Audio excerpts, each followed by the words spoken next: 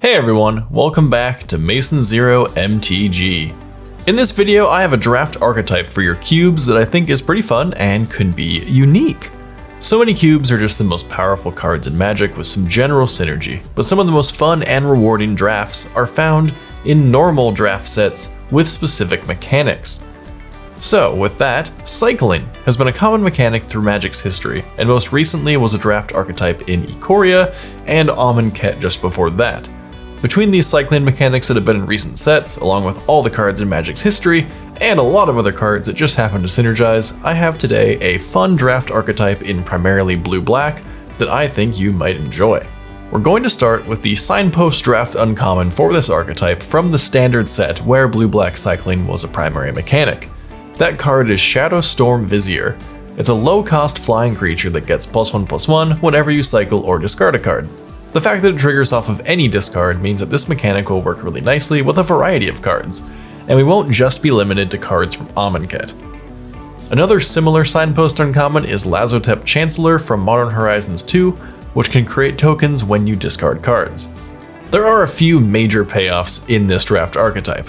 One of them is Drakehaven, which is a 3-mana enchantment that lets you pay 1 whenever you discard a card in order to create a 2/2 flying token.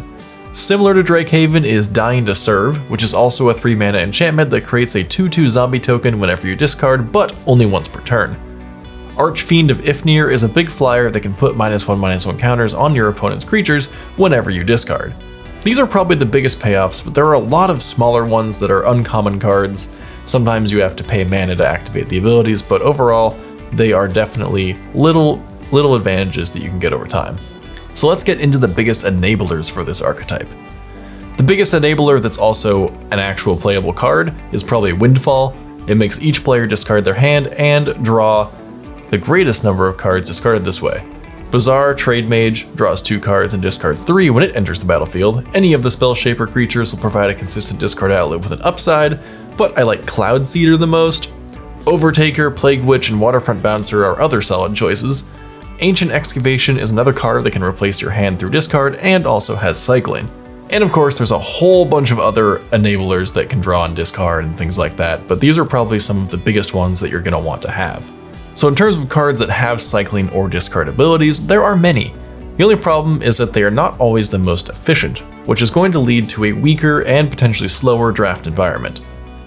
One of my favorite cards is Ikerslick, which has both cycling and madness, meaning you can get its effect while also discarding it. Easy Prey is okay removal, Undead Gladiator can keep coming back to your hand to be discarded, Lay Claim can steal a creature, Hieroglyphic Illumination is a draw spell you won't mind running, and that has an efficient cycling cost. Miscalculation is a counterspell of cycling that is already often played in Cube. In addition to spells, there are also cycling lands in 1 color, 2 colors, and 3 colors, which you can include depending on your budget. So yeah, so many cards that happen to have cycling, and those are just the tip of the iceberg.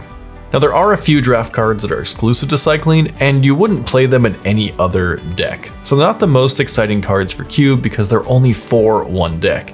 You may or may not actually want to play these, but maybe if you do, you don't run all of them, a very small percentage of your cube. One of those cards is Sacred Excavation, which can return any 2 cards of any type with cycling from your graveyard to your hand. Escape Protocol bridges the gap between a cycling theme and a blink theme, but with it not having cycling itself and it requiring an additional mana investment to activate, you're going to need to be all in on cycling to make it worthwhile. Cards like this are really strong in this archetype, but it just kind of sucks that they only can be picked for that archetype, unlike a lot of the cards that have cycling that can just be played in any deck. When a draft archetype is closed off and doesn't synergize with anything else, it's not great. It's nice when it crosses over into other colors that you might end up playing, even if it's just tangentially. Well, the easiest thing to do is just include cycling in all colors. Amonkhet had cycling cards throughout every color, for example, and cycling has been in every color throughout the history of Magic in various sets. If you want to slow down your cube games and opt for cards that maybe cost 1 more mana than normal in order to tack on cycling, you can do that. Pretty much every common effect in Magic has a comparable card that has cycling, but costs a little more mana up front to do the normal effect. There are also some strong cycling payoff cards from Ikoria, including Zenith Flare in white-red. There are even some counter-cycling cards, such as Invigorating Boon. Madness is another mechanic that synergizes well with both cycling and discard. Just keep in mind that you will need enough normal discard effects in order to get these out of your hand. Big Game Hunter and Fiery Temper are great examples of Madness cards you may want to play, but again, you're going to need a strict discard outlet, not just cards that cycle. There's also room for a black-centered set of cards that care about your opponent's discarding cards. That really depends on how much of that kind of effect from cards like Windfall you're going to have, but in this category there are cards like Davriel, Rogue Shadow Mage, Fell Spectre, and Sangromancer that will have devastating effects on your opponent's life total.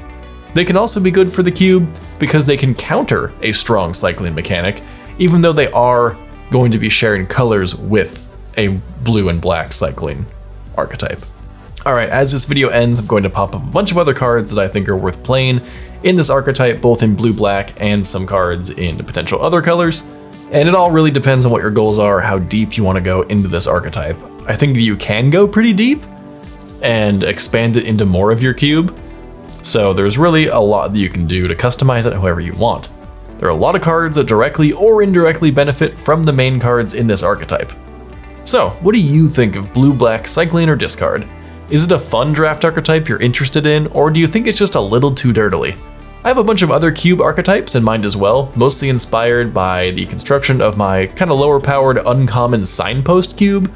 So if you're interested in seeing more videos like this, please let me know in the comments below and I'll start making some videos about more traditional standard set draft archetypes that you can put into your cube to make it fun and synergistic. I'll see you in the next video.